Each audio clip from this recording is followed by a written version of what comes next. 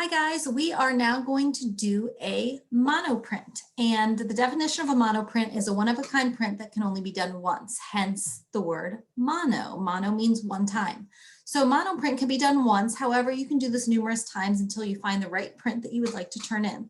So what I suggest doing is after I show you the materials, I suggest cutting one of your 6x9 pieces of paper in half so that you have two pieces of paper to use instead of just the one, so that you can do more than one print to make sure you find one that you like and you'd want to turn in. So for our monoprints, we are going to need a plain printing plate. You can use I believe you have two of them. You can use the second plate or the back of the printing plate that you used for your relief print. It needs to be nice and smooth. You need a moistened or damp paper towel. You possibly will need your thin Sharpie. You definitely need your watercolors, a cup of water, and then perhaps the back of a wooden spoon. My wooden spoons are in the dishwasher, so I brought a regular spoon, and or maybe your marker to just rub the back of the paper to get the watercolor to adhere from the plate onto the paper. That's the whole goal of printmaking. Printmaking is the art of taking one image from a prepared surface and transferring it to another. So our goal is to draw our image here, or paint our image here, and transfer it to the white paper. Keep in mind that this is one of the types of printmaking that will print in reverse. So I would not do letters, numbers, words, etc. Keep in mind everything is going to be printed backwards. All right, so the first thing we're going to do for our monoprints is, like I said, I would take this sheet of paper just so you have more options, because the first few I did honestly did not turn out well. It took me a few tries. It's definitely different doing it at home than in school, but I think I've got it down pat. I'm just going to cut this in half so I have two options. We are going to use watercolor. Watercolor is obviously made of water and it will expand. So what that means is we are going to paint our design on the Styrofoam, and we're going to keep it simple. We're not going to use a whole lot of water. And we're going to keep it near the middle of the plate somewhere so it doesn't expand too far. And I'll show you what that means in a moment. So right now I'm just taking that moistened paper towel and I am wetting my drawing paper. If while you're painting your drawing paper dries too much, you could certainly do this step again right before you print. So again, all I did was cut my drawing paper in two. I'm moistening the back of them with, or the front of them with a damp paper towel, and I'm going to move them off to the side. All right, the next thing you want to do is we're going to do a little painting, and I'm going to work fast simply because this is a video and I know you guys can pause it at any moment, but I want you to be able to work on yours. And you're going to do a design on this, and then we're going to print it on the paper. Now, what I came across was when I used too much water,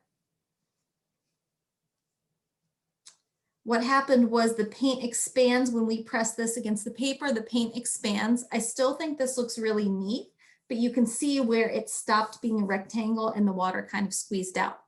So this was more water, less paint. So I decided to use more paint, less water next time. Okay. For this project, abstract is the best. We're not going to be able to make something look like something else. So this is when I just concentrated on placing paint, little blobs of paint in the center and then printing. And again, I'm going for the abstract look. I'm not even going to attempt something realistic for this one. You certainly can. And here's another one as well. And then I got smart and I cut my paper in half. And then here is another one that I did on the smaller paper. This was a lot of paint, a little bit of water. And I think this one turned out the best. So that's what I'm going to show you here, how to do a little monoprint. And again, abstract is the best. Does it have to be abstract? Absolutely not. You can pause this video at any time to come up with your idea. You can see what I've got going on first and then come up with your own plan. As long as you do a monoprint, which again, a one-of-a-kind print only can be done once. We paint watercolor, we print it with our paper, you should be good to go. But the good news is we cut the paper in half, so we have two different options. So I'm just going to use, I'm going to mix up some colors first. And remember, I said more color, less water. So I added some water, so now I'm going to add some color. I want it like a gray.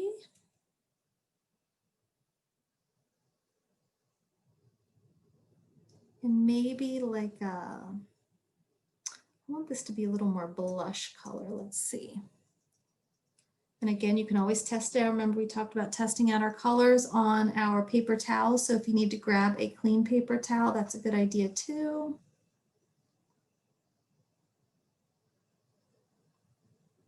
I'm actually going to make another pile. I'm not happy with my red over there. All right. So here I've got some colors mixed up. Remember, you don't have to use the colors right in the palette. Please mix colors and make them a little more natural or a little more creative than just these colors that we have going on in the palette. The next thing I'm going to do is start to paint a little design. Now, I would stay somewhere near the center, and we do need to work fast. So somewhere near the center here, and you can kind of test and experiment. Again, I'm working really fast because I know you guys are watching and patiently awaiting to do your own monoprints. And the reason I'm keeping it near the center is because this stuff tends to want to bleed. And I'm just going to do kind of a line design here. So I'm just working with lines. I'll do another one where I do little dots, and then you can get kind of abstract as you work along.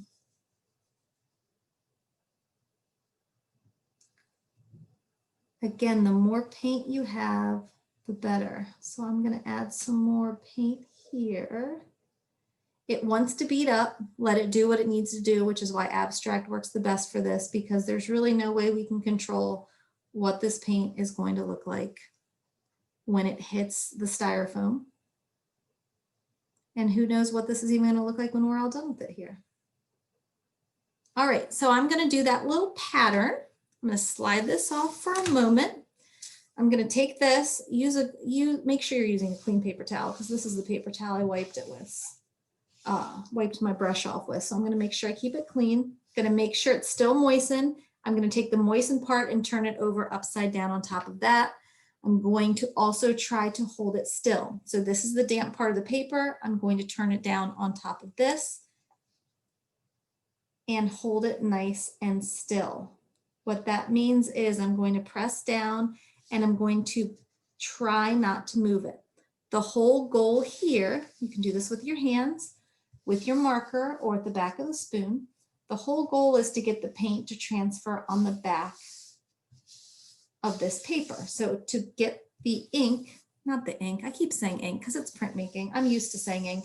To get the watercolor to transfer from our styrofoam onto our paper. You can also use a marker or anything smooth. Just make sure I'm really holding it still with my other hand to make sure it's not moving. You can also use the back of a spoon. Wooden spoons work fine as well. Once you think you're done transferring your image, we're going to carefully peel it off.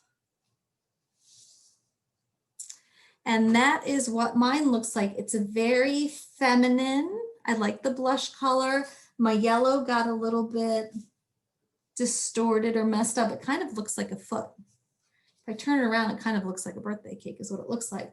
But that is a monoprint. Now, that might not be your jam. You guys might not like the idea of something that does not look like anything.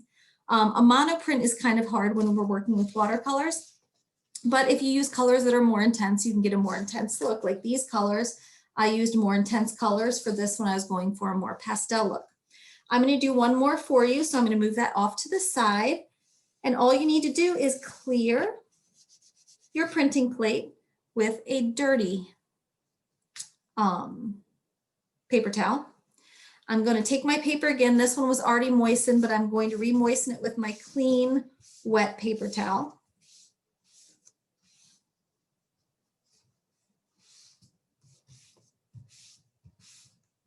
And move that off to the side.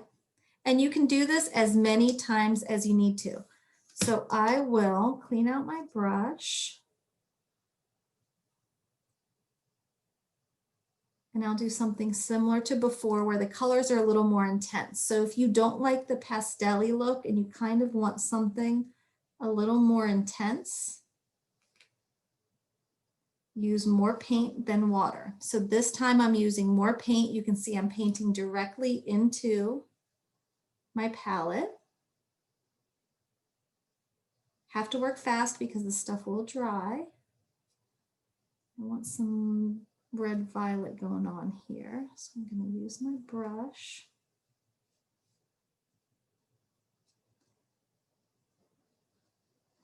This can go a whole kind of different ways. You guys can attempt to make something that looks like something. You might want to do a few tries and then turn in your best one. No matter what, printmaking is about experimentation. It's about exploring, seeing what works and what doesn't. Like I said, I had never printed with watercolor before because I've never been put in a position where I need to teach printmaking virtually. And you guys have never been in the position where you need to do printmaking virtually. So my first few attempts, like this one, although I still honestly think it's pretty cool and I do like it, I realized I'd used way too much water. So what happened was when the paper pressed against the printing plate, it squeezed all the water out. So then I realized I needed to keep my design somewhere near the center and maybe do like a linear pattern like I just did with you guys with those nice pastel colors. Pastel would be more water, less paint. Or I could kind of do a circular pattern or more vibrant colors using more paint, less water. All right. Kind of like the idea. I'm going to see what happens when I spread some of this out on the edges. Let's see what it does. I'm not sure because again, this is all about experimentation, just trying out printmaking. I doubt many of you have done printmaking before, so this might be a nice first try. All right, before I let that dry too much, because what does happen, it will dry out, I'm going to make sure I take my moistened paper. I'm just going to rub it one time real quick with my clean, wet paper towel, and I'm going to do the exact same thing. Going to take the dampened side and press it down on top. So this one, the colors are more vibrant because I used less water, more paint. And again, I did a different design, but I kept it near the center. So I'm going to carefully place it on top. Remember, don't move at this point, press it down. And we want to try to not shift the paper or the plate underneath. So I'm going to rub it with my hands first, and then you can see what works out best for you. I like to use the marker because it's smooth. And the marker, if you had cut your paper in half like I did, the marker fits over the whole thing very well. I'm doing my very best not to shift or move the paper. We do want to press down enough though, so that the paint goes from our plate onto the paper. If you like doing the back of a spoon, that works too. And I'm concentrating right in the area that my design was. If you did your design all over the whole thing, then you can concentrate on the whole area. All right. Once you think you've got that done, you're going to carefully peel it away. And I've got a really cool print. And I can see that I really do like that my brush strokes worked. So maybe I would do another print or two and try to make it more detailed, because as you can see for all of these, I've made them not super detailed. This kind of looks like a piece of modern art. If you guys look up some things in Pinterest, people would frame that and pay money for that. So maybe you can sell some of your art. This is the one that I thought was an oopsie, but I actually I do love the colors. I just don't love that the water squirted out off of the edge of the rectangular printing plate. And this is when I used a full sheet of paper, wishing I'd used half. This is more intense color. I actually kind of like that as well. I like the colors I used. I mixed up colors that were not in the palette. This is like a blue-green with more green in it, a blue-green with a little bit of violet. This is a blue-violet and some black. And then this was another linear design. Now, some things you can do to this after you're done. If you're done and you're like, it just needs a little something, I really wish it had a little more detail, you can use, I'm going to use one of my dry ones. So I'm going to move these to dry. Same thing, allow them to dry before you photograph them. If they wrinkle up a little bit like this one is curling, go ahead and lay something flat on top of them. Once they're dry, allow them to be flat and then photograph your best monoprint. Remember, a monoprint only means one, so there's very little chance all of a sudden for your very first print, your design is going to be as fantastic as you want it to be. All right. So if I took this one and I wanted to add some details to it, I could certainly come up with some really neat ways to add in some details with my Sharpie. So all I'm using here is my Sharpie. And I love circles. I've told you guys that before. That's no shock that I just did a monoprint that was a circle. But I just think adding a little bit of this might make you like it more. I know that for some of you, even me guys, I like things to look an exact certain way. So when it doesn't turn out the way I want it to, because printmaking is very random, sometimes I get a little bit frustrated. So this is a way to kind of make it a little bit more creative by doing, you know, your own thing and adding in some designer details. You could even turn it into something. What would be really cool is if you guys actually took this and turned it into, like, this could have been like a little monster or a little, maybe if I turned it on the side, maybe it looks like a fish, right? I could turn it this way and maybe it would be a fish or something like that. But this is just your chance to make something a little abstract. If yours doesn't end up being abstract, that's totally fine as well. I struggle with abstraction sometimes, but I'm beginning to appreciate it. And really going with the idea of just creating something that kind of looks neat, kind of looks cool, and gives your own spin on it.